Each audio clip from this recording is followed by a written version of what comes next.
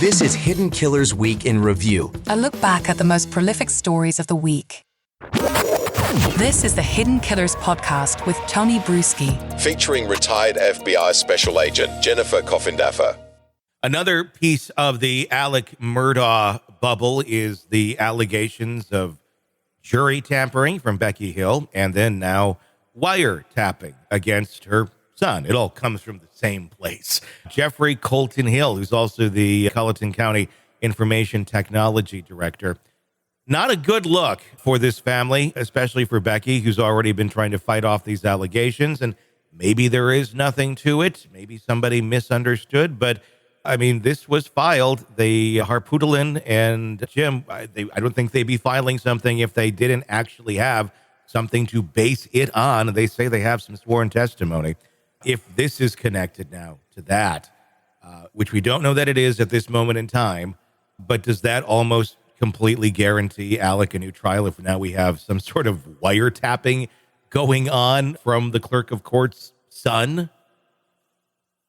Well, from sleuthing into the clerk of court's son, it looks like this was a very long investigation that has been conducted against the son in terms of wiretapping.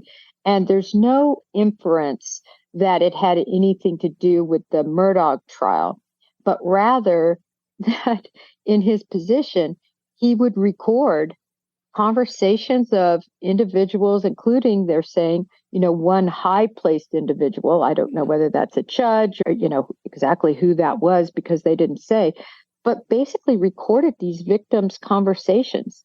It's all kind of very strange.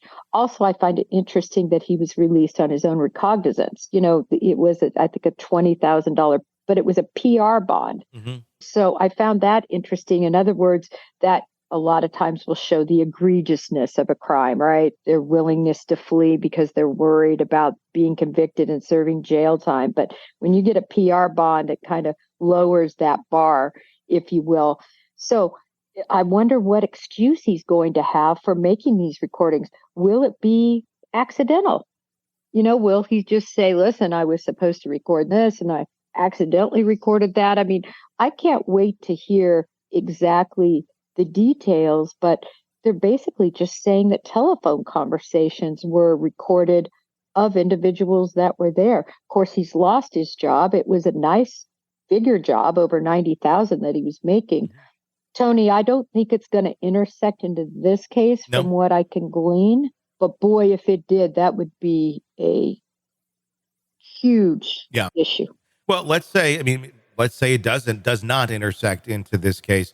Why is he doing it? Using the power of the information technology director as he was to gain that information in the first place. I highly doubt he's just sitting there, in his room listening to these things going, oh, that's neat. And I'm hearing things other people aren't hearing and keeping it all to himself. I would imagine there's some sort of reason or motive there to be collecting this sort of information, whether it be connected to Alec Murdaugh's case or, God, there's a lot of cases that go through this courthouse. So I would imagine maybe there's something else going on with other cases as well, if this is in fact what he was doing, because there'd have to be some reason for it.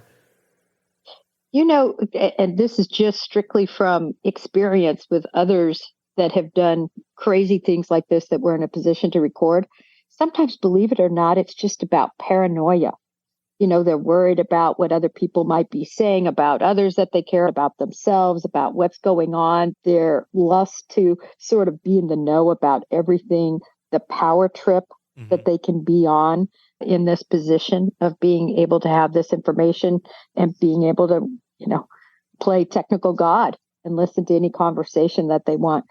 It could just boil down to that, Tony, and not really boil down to particular case outcome as opposed to their own need for power and control of understanding everything going on in that courthouse. That does make a lot of sense. I mean, you do have that with individuals, trying to get information, trying to be in control, very kind of a narcissistic move. You see that quite a bit of whether or not they're going to use that information or not.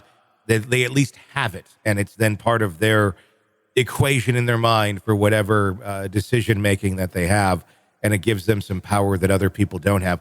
Yeah, we just do not know. We just don't know at this moment in time what the answers are to that. But certainly another piece of smoke, if you will, another plume of smoke coming out of that building that really we shouldn't have any sort of smoke or fire going on. It should be a place of justice. Want to listen ad-free? Want advance access to all of our interviews before anyone else? Become a True Crime Today Premium Plus subscriber on Apple Podcasts. You get every episode commercial-free. So you can binge on true crime until you can binge no more. Search True Crime Today Premium Plus on Apple Podcasts now, or go to our podcast page and sign up now. More of the Hidden Killers podcast next.